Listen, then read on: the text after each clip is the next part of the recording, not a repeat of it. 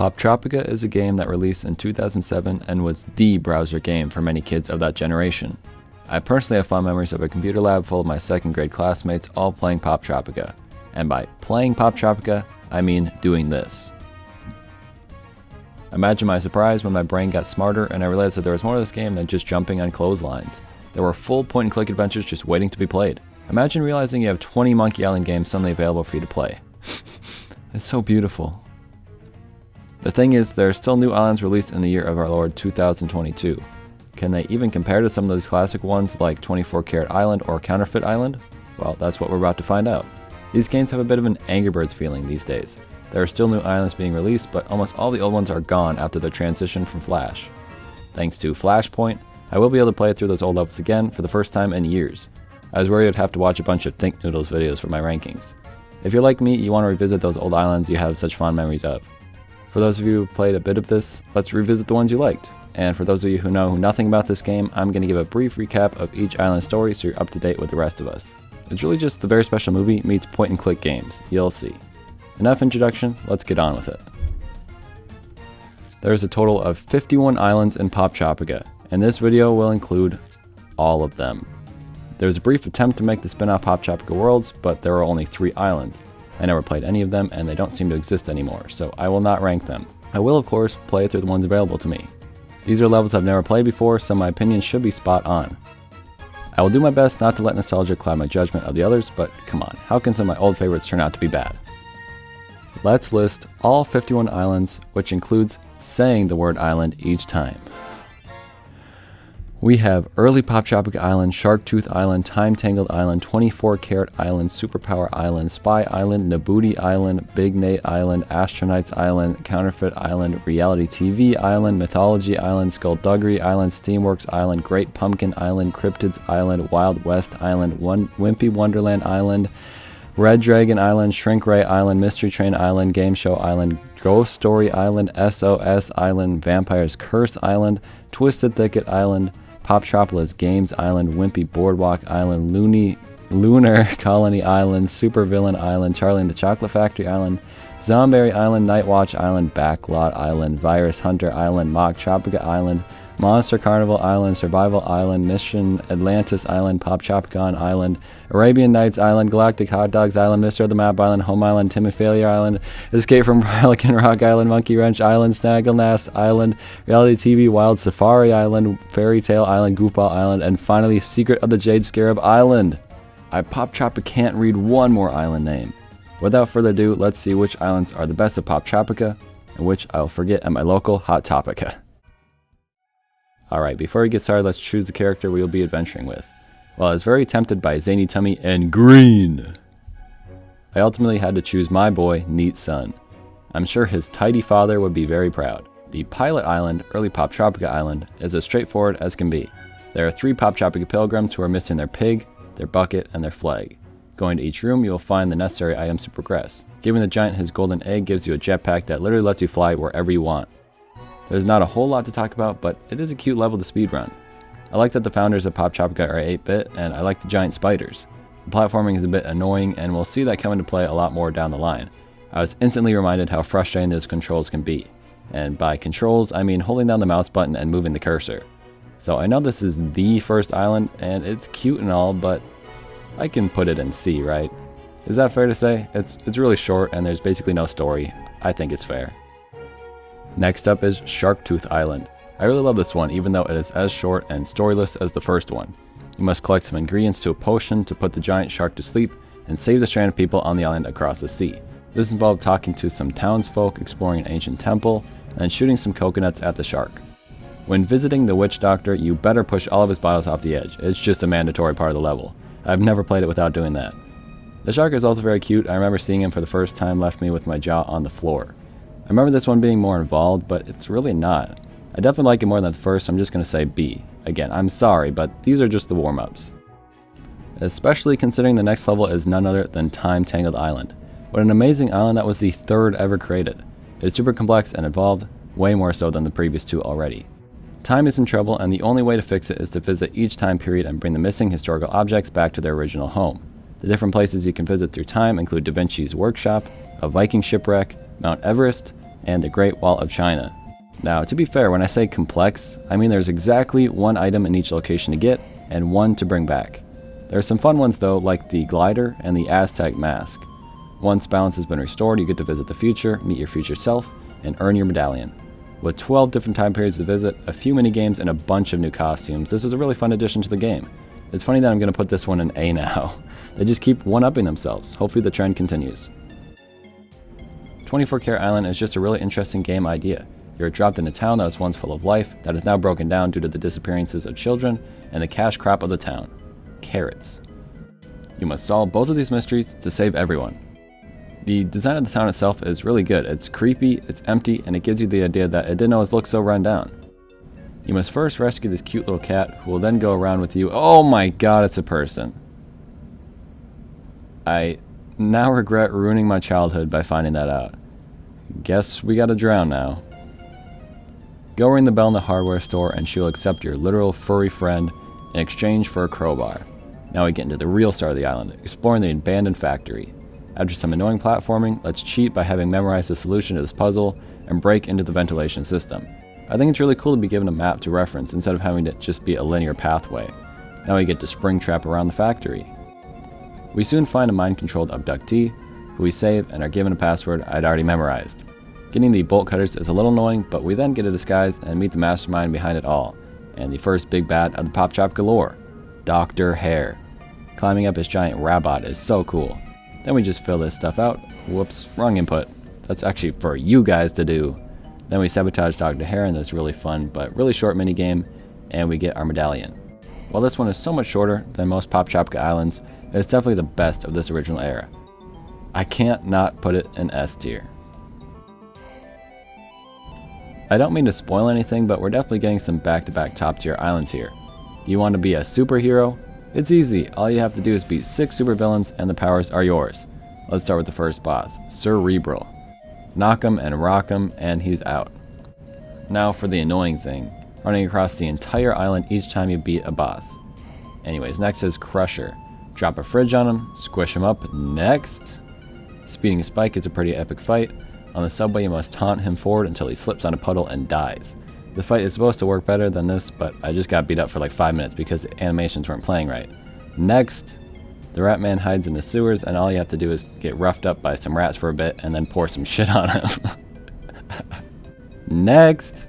Copycat is a pretty cool one. She clones herself across the bank and you have to find all the fake ones before finally capturing the real one. Next! Betty Jetty requires you to learn how to fly, then take her out. Turns out I'm just as bad at this one as I was 8 years ago. Some dweeb steals your glory, but thankfully all he wants is a hot dog.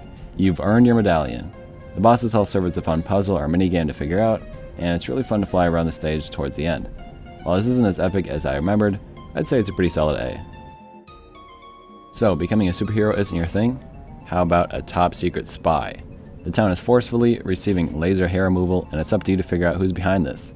This not suspiciously hairful director gives us our mission, and we're soon on our way. There are 3 hostages to find. The first is guarded by these cute little doggies. You also learn how to decode secret messages, which was always really fun, and I wish there was more instances of that. Next we have this guy who gives us the bow tie grappling hook. Definitely the coolest item in Poptropica history. Use that to find the secret message. What could this possibly say? Save the hostage by blowing yourself up, and you discover the passwords needed to take down the bad guys. Whoops, not that password. Oh no, Dr. D was the bad guy? I'll never trust a bald man again. We simply use his robots on the moon base to sabotage the plan, and baldness is cured. And we get our medallion. They knocked the spy theme out of the park. We have special tech, we have decoded messages, and we have a twist villain. It was a ton of fun, and I definitely think it deserves an S ranking. So, Nabooti Island was titled a choose-your-own-adventure, but I never knew why, because it's not. Turns out it's just based on a book from that series. There's literally a merch house on the island that I kind of forgot existed. Still, the adventure for this one is pretty fun. You travel across Africa to find the missing jewels of an ancient statue. There's like 6 different locations, so here's some fun things you get to do on your journey. Get beat up by goats. Pokemon Snap IRL. Get beat up by this guy. Do a prank call. Get beat up by a scorpion. Epic parkour. Kill some ghosts. Learn how to play Moncala. Become a nerd. And so much more. Once you find all of the gems, you bring them back and have to place them in the correct order. I kinda just started placing and planned to rearrange, but just got them right immediately. Then the statue is an alien, I guess. The story is honestly quite strange, even though this should be the most fleshed out considering it's based on a book. I really enjoyed this one though, even just flying the plane around on the map is fun. There are tons of different puzzles and mini games that I enjoy coming back to, but I am disappointed by the idea of not having a choose your own adventure. I'm just going to put an A, it's really close to S though. I'm unsure how many people are familiar with Big Nate, so I'll just explain that real quick. It's a comic and book series that gained popularity around the same time as Diary of a Wimpy Kid, and is somewhat similar in terms of theme. The main character is a bit full of himself, and you kind of just see him with his friends and rivals throughout middle school life. This is the first real crossover for Poptropica, but there are a bunch more islands coming up that take the characters and art style of another series. But that definitely helps make this island feel entirely unique. It really feels like a Big Nate game more than Poptropica one. And if you love that series, then you'll recognize the characters and will probably love this.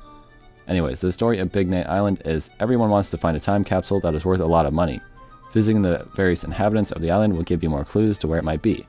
You get to jet ski, play paper football and hangman, you get to make a stink bomb and you get shot by this packed locker, lots of fun stuff. But the finale is having the dog dig up the time capsule and using the money to save the local school. What a happy ending. What I like about this one is there are only 4 areas with a few buildings to enter, so exploring is quick, and once you find an item you immediately know what to use it on. You also get to make these seals kiss, so that's cute, but it's almost too detached from Poptropica Island and it really doesn't compare to the most of the others. I still enjoy it though, so I'm going to say B tier. Astro Nights is the peak of Poptropica, and that's really not a good thing considering this is number 9 out of 51. I just feel that everything came together so perfectly in this one, and while the ones that were released after continued to be good, this one really set the tone for the future of the islands and was a huge step up from the previous 8. So just what is Astro Nights and what makes it so special? Well, the first thing is definitely the world. What if a medieval setting was introduced to space travel and technology? That is super cool. Basically, the princess loves space and worked with the king's jester to build a spaceship and travel to a planet with valuable resources. However, they don't return from their trip, and now the kingdom needs you to find their princess. You start to learn a bit about the jester, Mordred. He made a ton of tech, like this robo-owl named Merlin. Just feed him a robo-mouse, and he's your friend forever. Anyways, he has this whole underground layer and keeps some tech in this windmill that you must unspin. After collecting some coordinates and getting all the gadgets needed for your trip, you blast off and immediately crash on the moon. Thankfully, you can make your own ship and travel the galaxy. There are 4 planets to explore, but it's also just fun to fly around and fight aliens. So the first planet is Volcano one with some BS platforming that basically teaches you to jump when they are going down. Inside the volcano, you bury the heat and reach your first boss fight, the Mecha Dragon. All the bosses are super cool, making fantasy creatures into robots. You just gotta shoot into the mouth 3 times and he throws a tantrum Bowser style. We grab our knight and head to the techno jungle. The environment is so cool and really captures the feeling of a fantasy land made with future tech. The next boss is the Mother Bird, which is super annoying. You just evade bees and get shot at by bird bullets for over a minute, usually getting hit very unfairly. The actual fight is, again, shooting it in the mouth, but it lets you do it back to back without any issues. Horrible fight, honestly. The last planet is guarded by space sharks, but thankfully there's a nearby black hole to spaghettify them. The boss this time is the Helicopter Tiger. Just reflect his snowballs at him and he goes down. I really love the design of that one. Now that we have our 3 knights, let's head to the asteroid field and discover the hidden city. And, oh wow, the princess is so hot. No, what the, it was Mordred the whole time. Oh, I've been framed, you gotta believe me. Then you gotta do one of the worst puzzles of all time. Thankfully, I'm a certified freak 7 days a week, and we are at the final boss. You start as Merlin, dropping bombs on this joker, but then, no, Merlin, no! You'll pay for that, Mordred. Drop a chandelier on his head and have the princess deck him, and you'll finally earn your medallion. I apologize for going so in-depth with the island here. I really can't do that for the next equally complex ones. I just feel this is an adventure worth fully recapping. We've gone on long enough. All I need to say is the setting, story, and boss fights are all really well done, and I'm more than happy to give this one S. Now, I'm sorry to spoil this, but Counterfeit Island is my favorite island in Poptropica. I doubt many share this opinion, but I hope at least you can see why. The first thing is, the buildings, art pieces, and overall feel of the island are beautiful. Unfortunately though, the first thing you have to do is learn French. Man, I hate French. Anyways, we end up sending this child to space, and then we get to meet this suspicious guy. Apparently some art is going to be stolen tonight. So we break into the museum, hang above the painting, and we've been framed, you gotta believe me! Oh man, this is worse the time than I thought Mordred was hot. So the investigator gives us a chance to find the real thief, sending us on a big moped chase. Then a mysterious package informs us to visit the original Poptropica Island, where the first museum is located. To my knowledge, no other island has you visit an older one. This is a really cool idea, and I'm glad it was done just this once. We receive a key to an old cottage, and there it is, the stolen painting. The investigator, otherwise known as the Black Widow, has been stealing art from the museum, but there's a secret stash of better art that she wants to uncover. Working with the suspicious guy, we must save these works of art from being destroyed and put the Black Widow behind bars. Apparently the really good art was in the museum the whole time, and we get a medallion. I just have a lot of fun uncovering this mystery. It feels like the most solid story structure so far, and it's really fun breaking into these places and working with the museum. It's not a stereotypical genre level like Superpower Island that you'd expect from a kid's game. It feels more unique in that way. So I love it, and it's definitely an S tier. So Reality TV Island is really the first one to play completely differently from the typical island. The beginning is pretty pointless, there's a few puzzles and you fill out this card to get into the game show, and then you're in.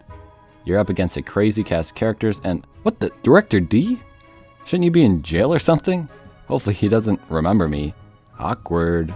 So if you've ever seen Survivor or Total Drama Island, it's the same premise.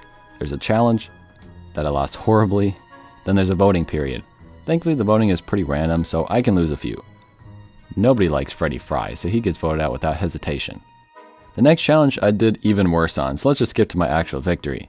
I guess there's only one Magic Hat guy around here, Magic Mervin. Then I do just the worst again, so we agree to vote at Hippie Harry. It's a miracle I haven't been voted out yet, by the way. I'm good at this race one, so we all vote out the Robin Hood wannabe. I get beat up by a boar and lose one of the most important challenges. I basically have a 50-50 chance here. Come on, Director D, we're friends, right? No hard feelings. Yeah, that's right, get mogged on, Ricky Rock. Now it's just me against Director D in the final confrontation. This is going to be an epic showdown. Oh, well, that was a bit anticlimactic. Well, let's just claim our medallion. That's cool, Flash. Just quit. I didn't deserve to win anyways, huh? Thankfully it's saved. This one is fun and a nice change of pace, but just incomparable to the masterpieces like Counterfeit Island. I'll just say B tier. Of course, in a game like this, there's going to be a mythology theme level. Now, I've never been a big mythology guy, so I unfortunately am biased against it from the get-go. However, the locations in this one are really cool, and just visiting each of the gods is fun. The basic story is, Zeus tricks you into collecting 5 important items so you can use them to rule Poptropica. Finding these items requires you to put the Cerberus to sleep, travel through the Minotaur's labyrinth, take Big Hot Lady's flower, fight the Hydra, do some god trivia, which is a miracle I guessed correctly because I did not know who the heck Hestia is. Watch Hercules have a conversation with a grasshopper, and finally become a god and fight Zeus to the death, which basically involves just doing this. This is still a really amazing Poptropica level. My bias wants me to put this in A, but as I mentioned at the beginning, this should be as unbiased as I can try to be. So I will put it in S, hopefully you guys agree. I'll be mad if you actually think it's A. Skullduggery was always my mom's favorite island. Yep, that's right, this game is so awesome, even my mom played it. I never understood this one as a kid, but don't worry, now that I'm an intellectual, I can fully comprehend this one. The beginning is the same as Reality TV Island, where it really doesn't matter and it's more like a mini Poptropica Island. So let's skip it and cut to the chase. This is a pirate-themed level. It honestly feels like it could be its own separate game, which is not something I could say for most islands. We receive our first ship, and it's pretty small and can't carry too much. The idea is that there are 5 islands that each have an item that is worth a lot, and one that can be bought for cheap. So you sell as much of the item that's worth more as possible, and buy as much of the cheap one as possible. Then you can make a circle around these islands, making these trades. There's also a map piece on each island that is hidden behind a puzzle, like most Poptropica Islands. These are insanely easy, and I got all 5 before buying my second ship. But that's only half the battle, as you need to beat a big boy pirate ship to win the game. So you have a lot more trading to do. I finally got my second ship, and it's the most fun feeling to run back to the dock and see just how cool it is compared to the previous one. Eventually you can recruit new crew members once you have enough money. You can even take out loans for temporary more money, even though there is interest on it. I will say though, the middle part of this island is pretty boring, as it literally consists of you making a rotation of each island until you have enough money to upgrade. You can fight pirates in the meantime, but that's about all more excitement you'll get. Once you have bought each new ship, which are all really cool, you can fight the big boss.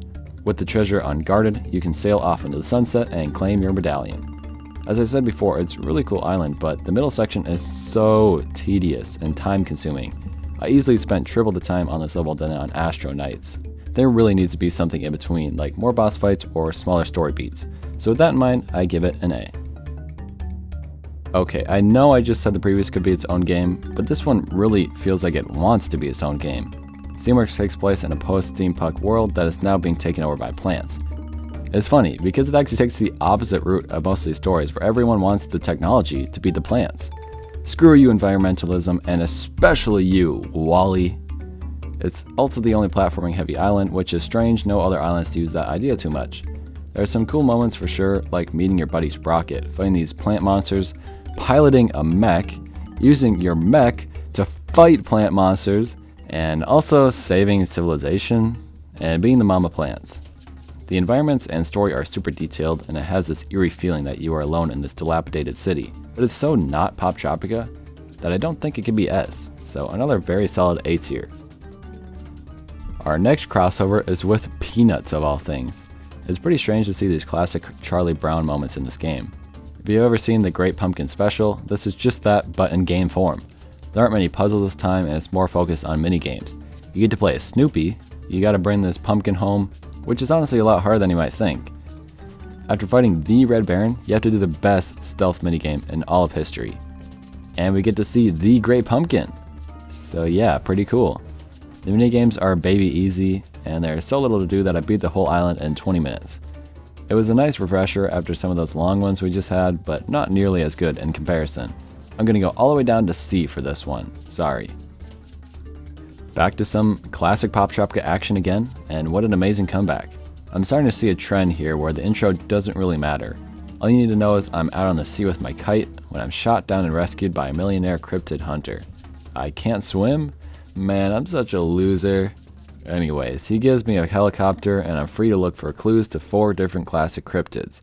It feels a lot like Tangled or Nabooti Island, where you travel a world and receive items that can be used in different areas.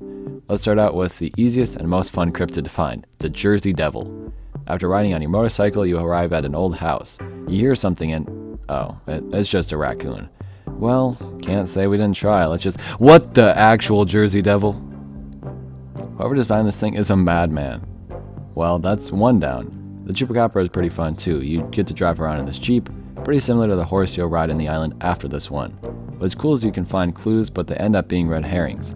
So us and a farmer get pissed and trap the Chupacabra once and for all. He escapes, looking almost as crazy as the Jersey Devil, and all that's left is his tooth. Then we travel to Scotland and find the Loch Ness. This one basically revolves around you doing the one thing Scottish people do in life: play darts. After your 3rd dart game and finding 2 fake Loch Nesses, we finally set out on our own and get up close and personal with her. I guess all that's left is Bigfoot. After traversing the Himalayan mountains, we come out empty-footed. I'm sorry. So we chase him down in the forest. But the lady that shot us down in the beginning is here to take Bigfoot for herself. So we jump on our helicopter and set the Bigfoot free. What an ending. I absolutely love Cryptid Island. The designs of the creatures themselves are really fun, and the gameplay and puzzles are as well. I'm more than confident in putting this one in S tier. So again, I'm trying my best to be unbiased, but I've always disliked Wild West settings. Poptropica did its best to make it fun and tie in all the stereotypes of the setting, but ultimately I'm bound to dislike it in the end. Let's just recap first and see what my thoughts are afterwards. First, we get to train our horse. Hoo-wee! Then we get to travel around, pretty similar to the Jeep, I told you, and become the sheriff by spittin'. Hoo-wee! Don't forget the casino games, especially blackjack, that one's a lot of fun. Hoo-wee! Last one up, cows, hoo-wee, then the worst minigame in Poptropica history. I remember not being able to beat it as a kid, but now playing through it, I just shot them right as they showed up, and it was crazy easy and boring. Hoo-wee! Don't forget the tonics that have some crazy effects like shrinking or turning invisible. Hoo-wee! And a final boss that is way too easy, but fun to take down. Hoo-wee! So, what did I think of the island? Well, honestly, the minigames were a real highlight. I enjoyed most of them quite a bit, and the world is pretty big and fun to explore. It did kind of feel like a bunch of side quests that were actually important though. But it does have a lot of charm, and I'm really gonna miss my horse. So fine, we'll do A then. If you didn't know, the creator Poptropica is also the creator of the Dire Wimpy Kids series. Isn't that kinda crazy? This is a cool crossover that I'm sure Jeff Kinney had a lot of fun making. It's really similar to the Great Pumpkin one, but much more fleshed out, and the world really feels like a Dire Wimpy Kid video game. And since there never was a game based on the series, this is about the best you're gonna get. The whole story revolves around you trying to find Manny before Greg's mom comes home. It's a unique story with a ton of characters and references to the book series. Poptropica continues to surprise me with unique and fun minigames like trying not to throw up, and the most intense bingo game of your life. Manny avoids getting caught for way too long, until he drives a truck into the nearby laundromat to get his blanket back. One final amazingly animated ending scene, a little sledding action, and it's over. Oh, I almost forgot to mention, they made Twisted Wizard real and you get to play it. It's honestly pretty addicting.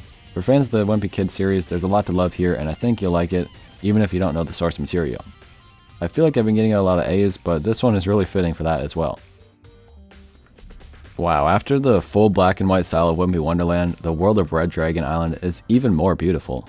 We have a back-to-back book crossover because this is actually a Magic Treehouse story. The Magic Treehouse is a series where the protagonist can travel to any story in a book that they have. This could make for a really fun level where you collect different books in different levels, but they actually just put you in Japan and become a ninja. Besides the very beginning, this could be passed off as an original story. There are a bunch of tasks around the village that you have to complete, but you aren't rewarded with an item as you typically would be. Neat's son even realized this, and he certainly isn't known for his intellect. But it turns out after wrecking in a sumo fight that the sensei wanted you to show your selflessness to prove you were worthy of becoming a ninja. Then with all of your new ninja gadgets, you break into the jail, do a little stealth mission, and rescue your friends. But that's not all. The titular Red Dragon finally appears out of nowhere in the end, and you must ride the Cloud Dragon and put a stop to its destruction. This fight is actually insanely hard, and they even offer you an easy mode if you want. Well, I'm no sucker, and I beat that dragon with only a few houses burned down. Anyways, that's it. You get your medal after that.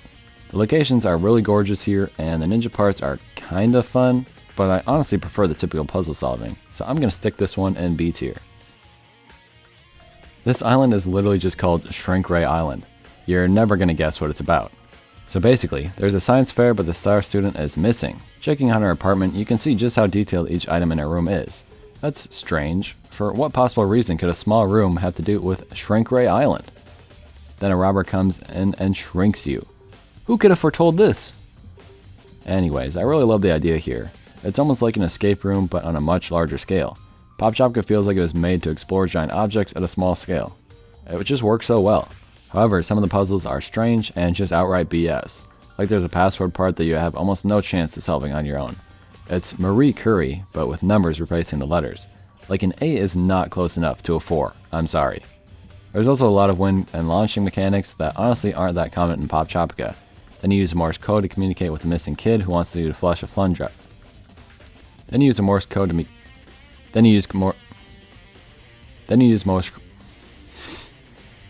Morse code to communicate with the missing kid who wants you to flush a flun. Oh my god. Then you use Morse code to communicate with the missing kid who wants you to flush a thumb drive. Then you use Morse code to communicate with the missing kid who wants you to flush a thumb drive. Do that and then she reveals her teacher was a robber the whole time. This is just like Raw Squad, dude. So we ride in our C car to the school, evade being shrunk again, and beat the teacher at his own game. That's it, we get our medallion right after. It is actually insanely short as well, probably more than half as short as the last two.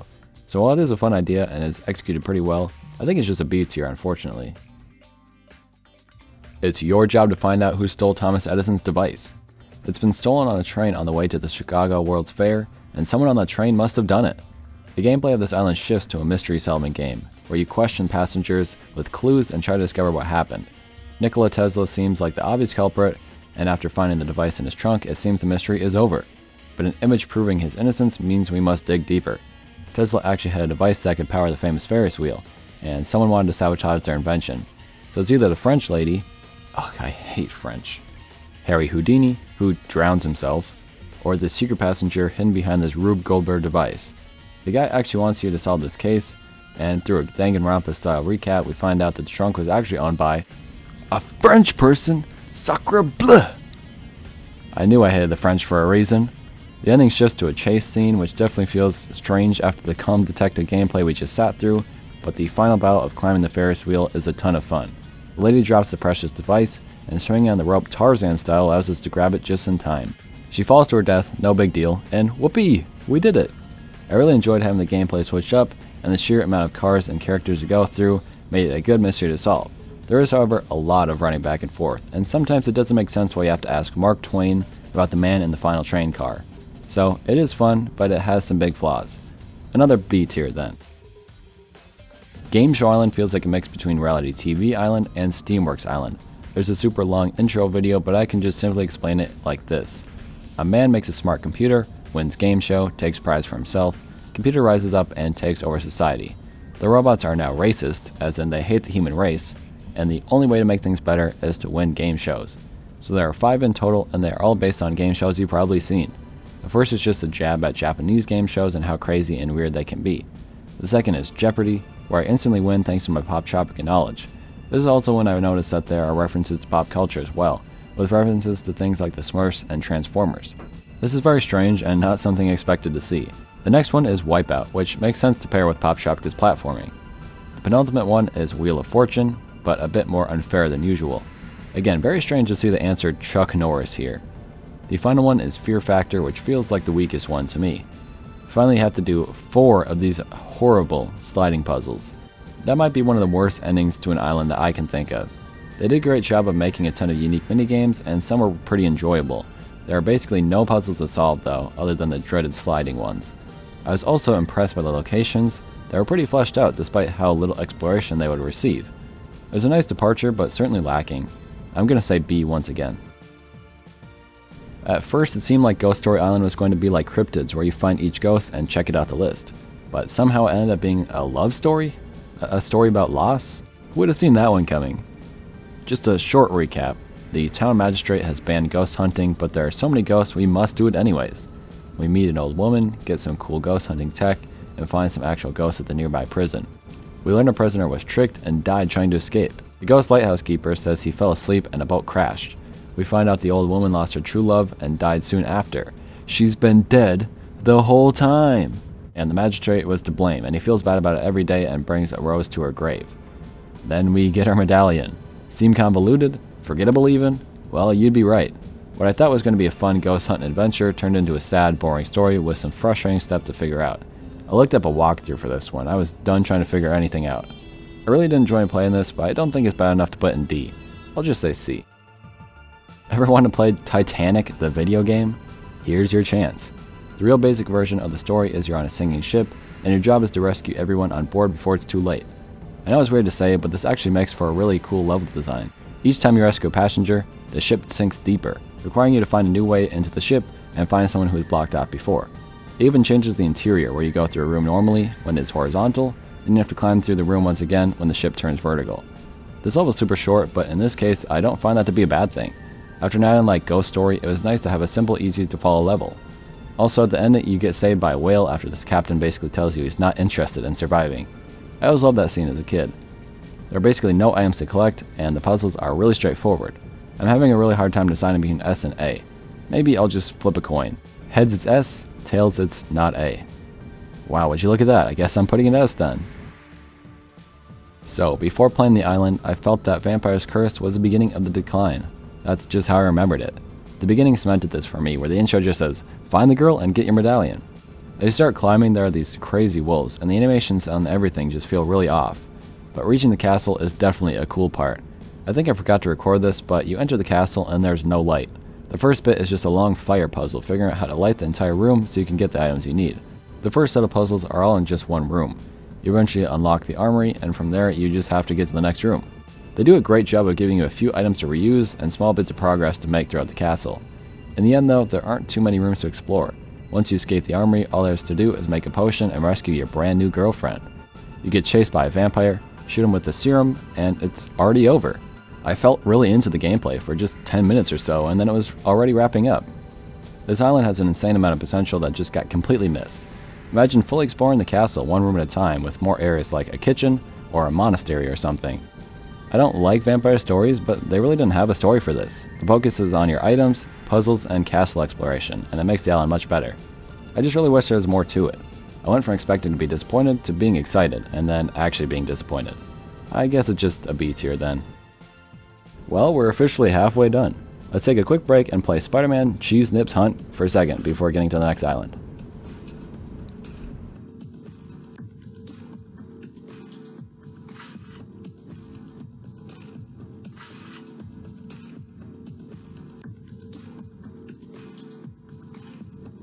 Okay, my bad. Twisted Thicket Island is actually the beginning of the decline.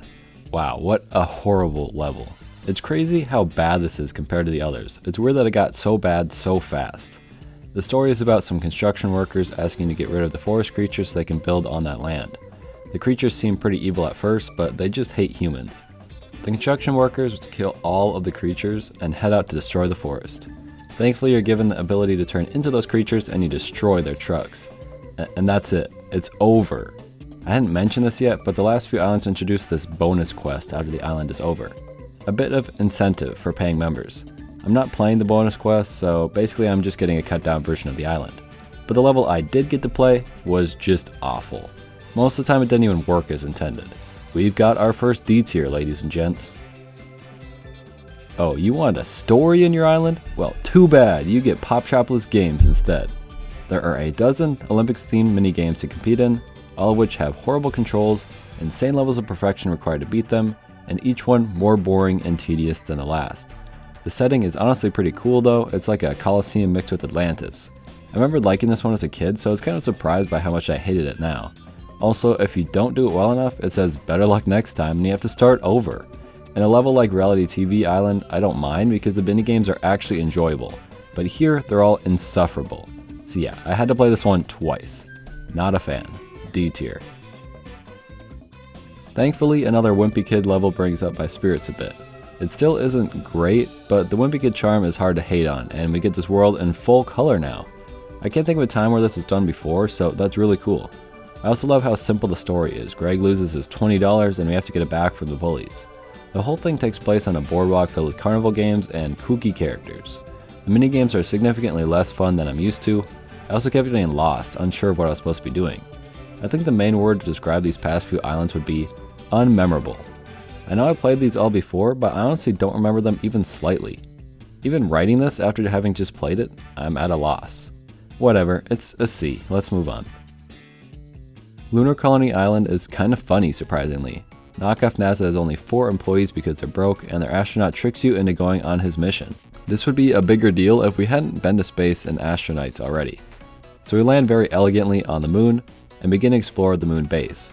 There's a whack job missing astronaut we have to find and bring home. She believes there are aliens. Psh, there's no way she's right about that one. There's this really cool circular room you have to traverse, which was probably the coolest thing introduced in the past 4 levels. Anyways, we find the lady, we find an alien rock, and the lady sacrifices herself to the aliens. We go home defeated.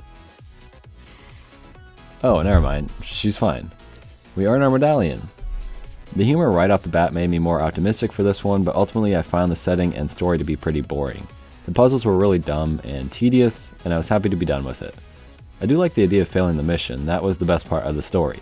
That and the astronaut ditching us.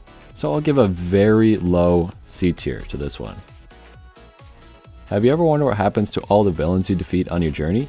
Well, they're all sent to a singular island. Super Villain Island!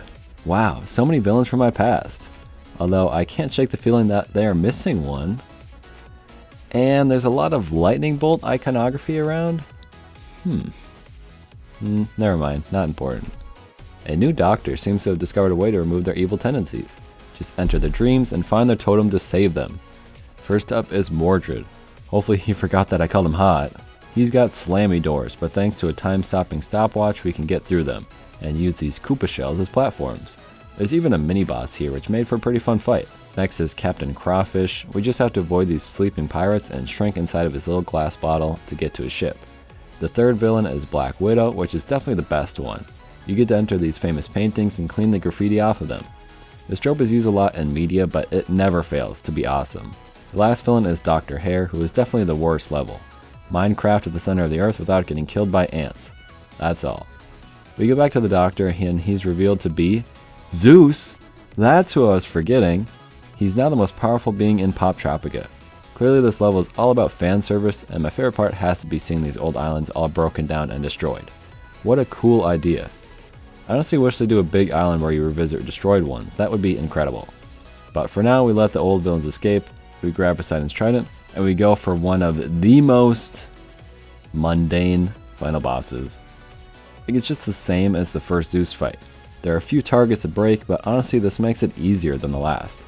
I will say Zeus takes a lot of hits, and then his final phase takes like a couple, and then it's over. What's cool is, for the bonus quests, you get to travel into Zeus's mind this time. I haven't been doing these, so I can't make an exception here, but I thought that was cool. I get this one is only good because I'm a big fan of these early Poptropica levels, and I just like the references. The dream idea is pretty cool though, and I really enjoyed most of the levels, other than Dr. Hare's. I'm really happy we got another good one after the last few tragedies. I will happily give this one an A tier. So I personally don't really like Charlie and the Chocolate Factory. The original book is fine, but I don't care for the movies. Still though, if you do like the franchise, then most likely it's because of the charm, humor, and deaths of stupid bratty children. Well, they kept the killing kids part, but the rest really sucks. Each kid gets in trouble and you have to save them. Fat Boy turns to chocolate, Gun Boy gets shrunk, Gum Girl literally just eats a piece of gum, and Squirrel Girl gets sacrificed by the squirrels. The Oompa Loompas are so annoying and stupid. I just hate it all, and the island being so boring and text heavy made this so hard to get through. That's a D tier right there. A zombie outbreak? I wonder who they're gonna make deal with that. Oh. The whole gimmick is that zombies hate light, so you have to use this super dim flashlight to get around everywhere. There are some cool applications of this, like the disco area and the Chinatown lanterns, but for the most part it's annoying. The level is super laggy as well. I'm not sure if that's because of the darkness or something else. Maybe because there were a lot of places in this one. Like, it was generally the biggest level in a long time. So as you explore, you have to figure out which fruit was turning people into zombies. You meet some survivors and some that weren't so lucky. And it turns out that the blueberries are at fault. I personally hate blueberries and would put that at D tier if I could. Using the blueberries, we create a cure. All that's left to do is to shoot all of the zombies and it's over. The exploration honestly felt really weird, and thanks to the darkness of the level, it was super easy to miss important items. Then, trying to find the one location you missed something at is a big deal, since the level is so huge. Ultimately, it seemed okay at times, but there were a lot of things to dislike about it, and a lot of things that just didn't work as well as they should have. I'll say B though, I didn't mind it. Become a night guard and protect them all from a thief. This includes riding a Segway around, chasing a snake from store to store, stealing items, moving around in the vents, and catching the thief. When it's all put together in one sentence like that, it seems pretty action-packed, huh? Well, it's not. There's a lot of running to a store, clicking on one thing, and then leaving. Then you're told to go to another store, click on one thing, and then you leave again. The stores themselves are pretty cool. I mean, even the mall itself is well done. There are more than enough stores that can all be interacted with, and some optional games to play. This thing's got Angry Birds? Pretty frickin' sweet. But the stuff you have to do just isn't fun. That's the only way to explain it. Not only that, but there were a bunch of glitches I encountered as well. To be fair, this is on Flashpoint, so it may not be evident of the original game, but I still want to point them out. In the event system, it gives you the map from 24 Carat Island, and every time I turn off the phone, it gives you the menu for chatting with other players. Very strange. Anyways, the idea for this one is sound just way too boring. B tier. It's your chance to become an actor. Backlots need a lot of help, so basically you gotta do everything. You gotta be an intern and get coffee, you gotta be a cameraman, you gotta do some acting and employ some actors, you gotta make the props, you gotta use these props, you gotta be a monkey, then you gotta edit the film, and you gotta do the sound, then you gotta watch the movie. Wait a second, all those scenes are from the same movie? Oh boy, I don't want Neat Son's name attached to that. I will say, for an island based on making movies, it really feels like they touched on everything. I can't say I enjoyed it that much, but I'd say it was maybe a bit more enjoyable than Night Watch. I could just be because there's so much different stuff to do. But ultimately I just can't believe how bland the gameplay is compared to the old islands. Like, these aren't mini games, it's just me pushing a button when I'm told to. This is making me really sad.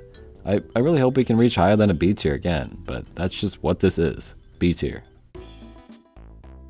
The version of Poptropica that I'm using so far ends at Backlot Island.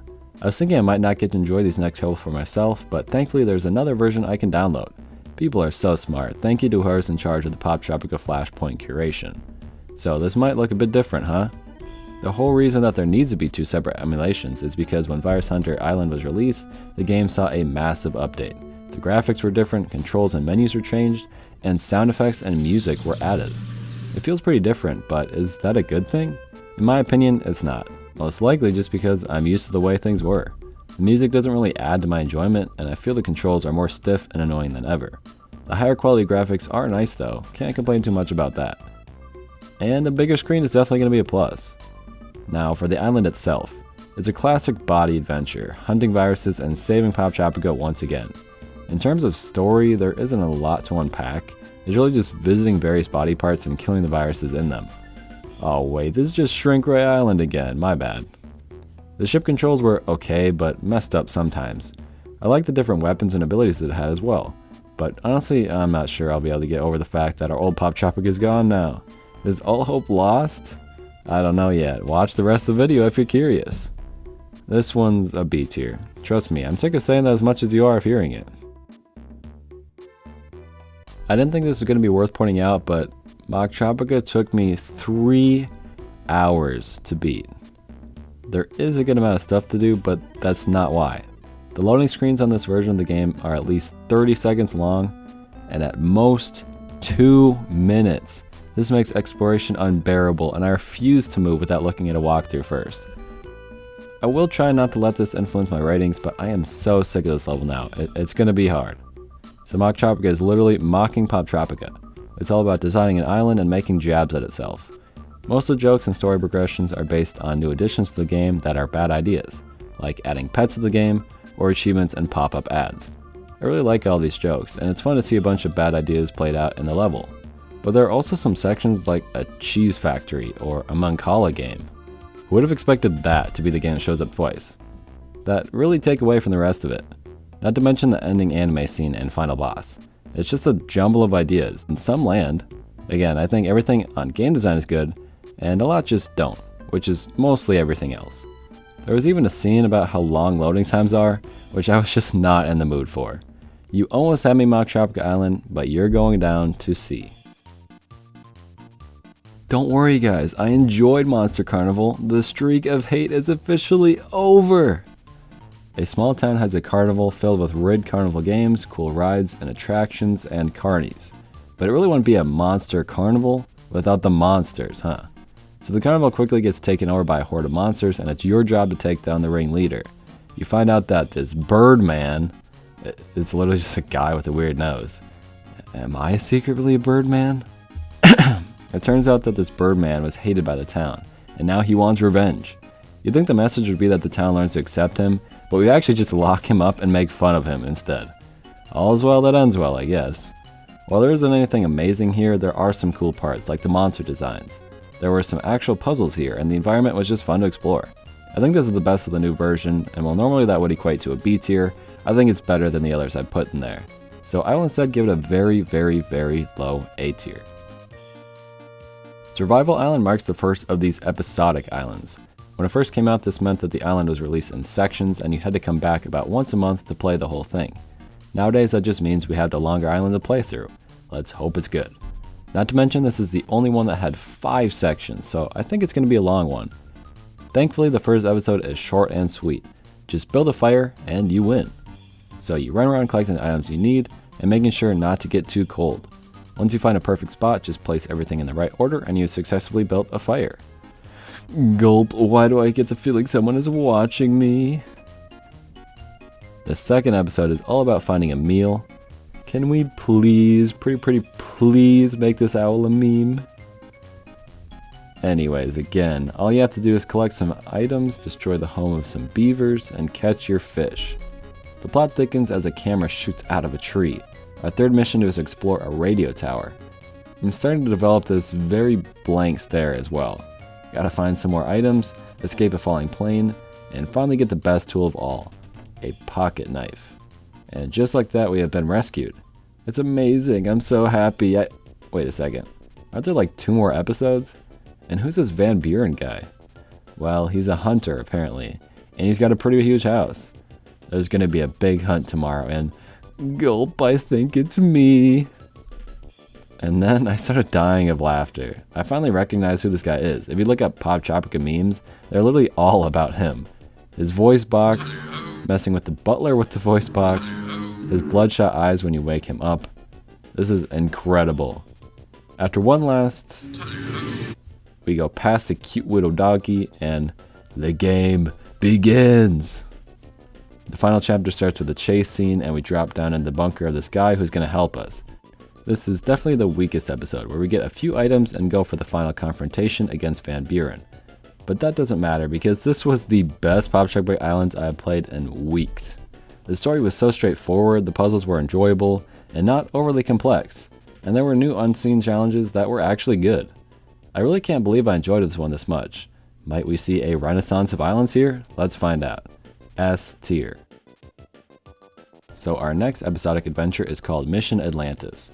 On a simple recording session of undersea life, we get gangbanged by this jellyfish and end up in Atlantis? Time to explore. There's this cool shark and some other creatures we can use to open the ship.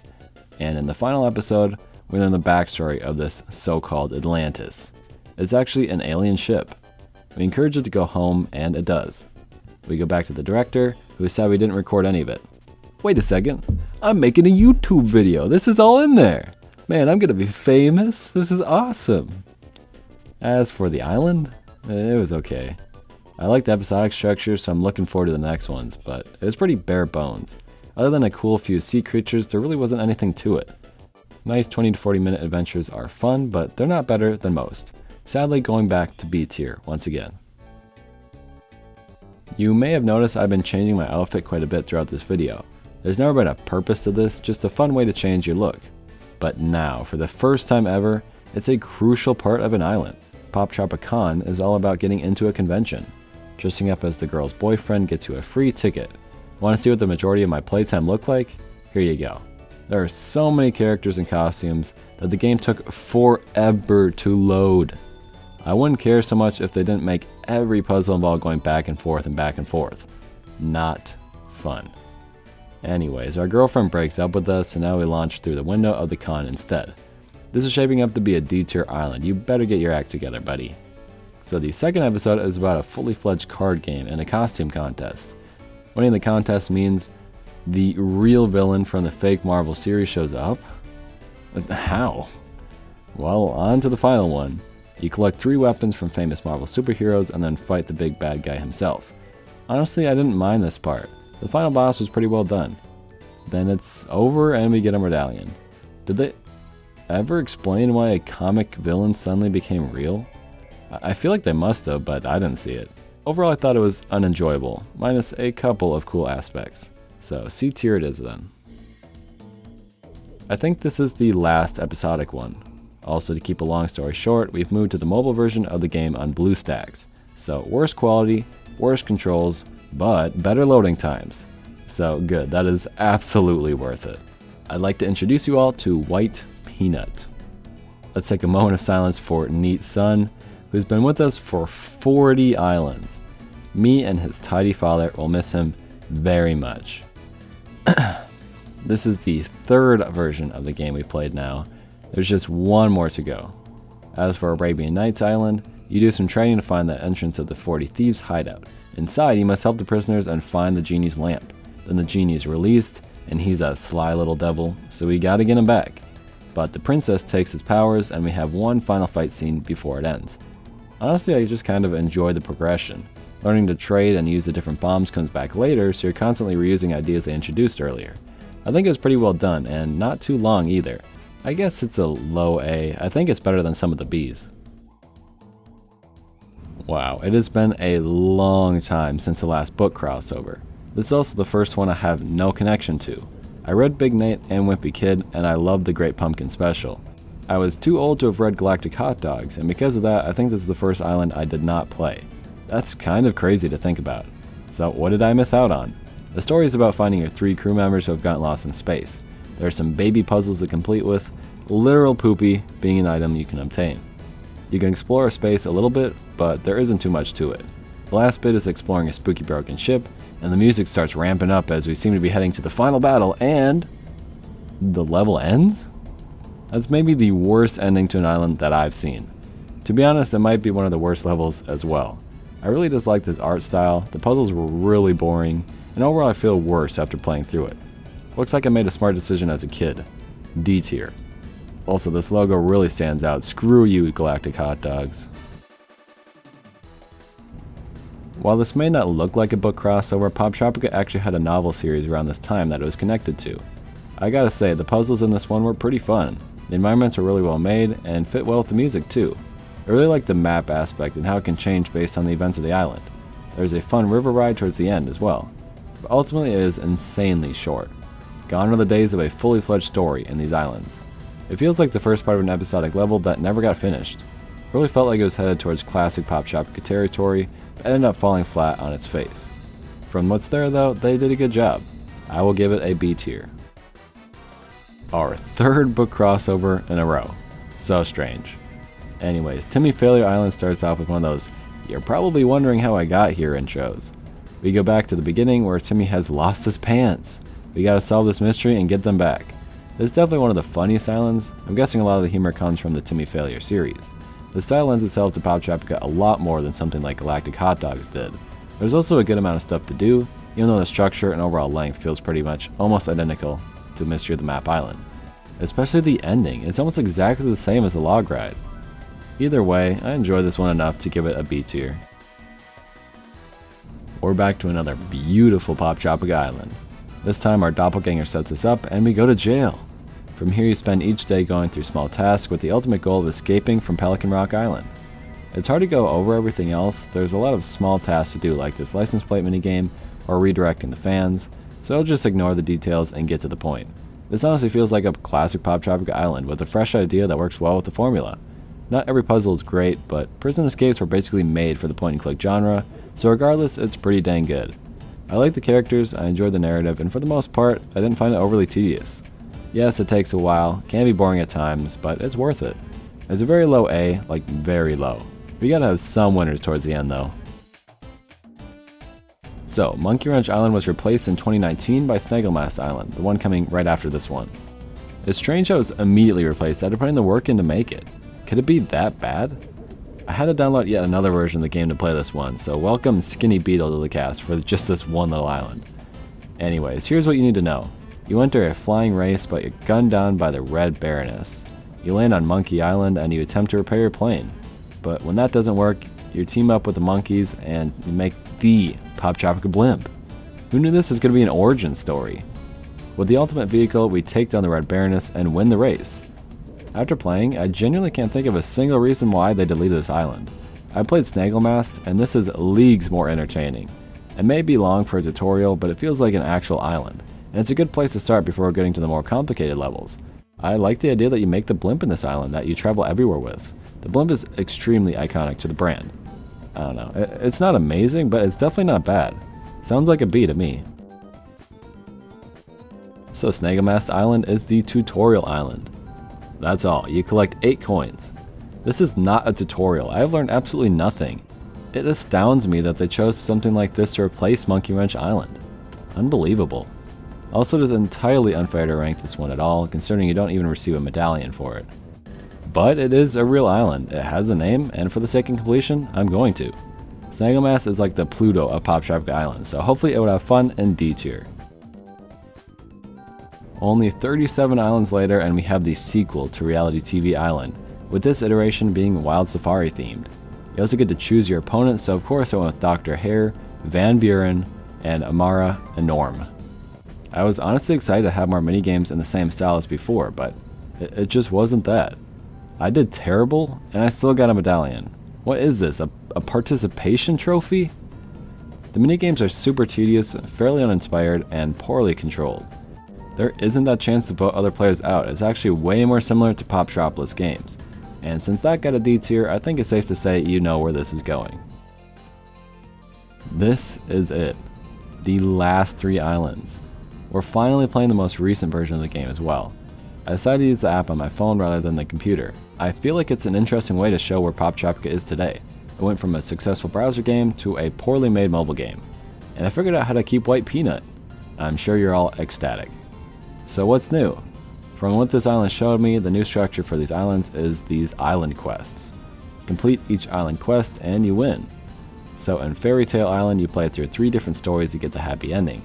Each story is a twist on one you already know, like Cinderella becoming a punk rocker. The new Poptropica has a lot more personality in its movements and characters. I definitely find the new animations to be an improvement despite the charm the old style has, but the gameplay and puzzles are extremely lacking. I didn't feel as though I'd done anything. Not to mention the ending where Rumpelstiltskin threatens me, and then you get your medallion. I hope to see some more improvements on the new gameplay because I didn't mind it for the most part. I guess it's a B again. I guess I was wrong? This time there's just one island quest. Find the evil doctor. I think the world they've created is super cool where half the people are crazy and colorful, and the other half are old-fashioned and bland. The twist ends up being that everyone is an evil doctor. Even you! And for the first time that I've seen, you get to choose the ending of the game. I obviously chose the good ending where it's balanced, but I think it's interesting that you can be evil and turn the whole world bland, or the whole world goofy. This level still suffers from having an extremely boring gameplay experience, but I like the world and concept enough to give it a low A. I'm mostly just sick of giving out B's if I'm being completely honest with you. I cannot believe this is the last island. Poptropica has been my life for a month now, and I don't know what's going to happen once I finally finish making this video. Alright then, let's play Secret of the Jade Scarab Island. The people of the island seem to think that they are cursed by the Jade Scarab, so we gotta find it before it's too late. This feels like the first real Poptropica Island we've had in a long time, despite it being pretty short. But there are genuine puzzles and exploration required. You even gotta play as a bird and... What, is that Rumpelstiltskin? Maybe the ending to Fairy Tale Island wasn't as over as I thought. Either way, you follow this cat around until it turns into a cat goddess and curses everyone, and then... That's it. That is the last medallion. I really can't believe it. I think I might cry. This has just been so... Oh yeah, I gotta rank this. I don't know. I guess it'd be nice to end on an A. Does it deserve it? Meh, pretty boring. I think my standards definitely got lowered through the course of this video, but to avoid C's and D's throughout the entire back half, it felt a bit necessary. Yes, we ended with a pretty small D tier section, but I was very nice to some of those poorly made islands. I just love this game too much, and most of the time found some enjoyment from each island. If I were to stop ranking at any one time, it would definitely have been when I played Spider-Man Cheese Nips. Not only because I love that freaking game, but because it didn't have a single D-ranked island. I have an immense fondness for every level before that, and if I hadn't decided to rank everything, it would be perfect to end right there. It went extremely downhill afterwards, and it became much more of a chore to play the islands. It's weird to say that, since the levels got shorter and it felt a lot easier. Somehow, I know it's crazy Poptropica creators, but the more complex, fun, and interesting an island is, the more enjoyable it is. I don't understand what happened that caused them to change their minds about that. We were getting masterpieces 10 islands in. Why was there change? Why was the game performing poorly? And has it seen an increase in players from that point? I'd have to assume probably not. I can't imagine someone's first Poptropica Island being Secret of Jade Scarab. And if that is the case, do you think they'd hate those old islands? Or would they agree that the game has gone downhill? I really don't know. But here's what I do know. The game Poptropica has brought a lot of fun times to a lot of people. I adored this game as a kid. Heck, I even bought the DS game. And there was a time where this could have been considered one of the greatest point-and-click experiences you could get your hands on. So isn't that enough? Can we quit making Poptropica Islands now? You'd think after 51 they'd be satisfied, but we continue to see poor iteration after poor iteration. I can't lie though, the newest version has some fun personality, and I'd be willing to check out future islands if anyone is interested. I really took a gamble here with a month of work on a video that people may not care enough about. Or I might not have interesting enough opinions to keep people listening up until this point. But this is what I enjoy doing, and I really hope that doesn't end up being the case. I guess we'll see. If you watch this whole thing, I really hope you got something out of it. Those early islands are great, and Flashpoint is super convenient to download. Go try them out. If you skip to the end to see all the rankings, I mean, that's cool, I guess. I think less of you, no doubt, but give the video a shot. I worked real hard on it. Anyways, my throat hurts from talking now. Thanks for watching. I will see you soon. Goodbye.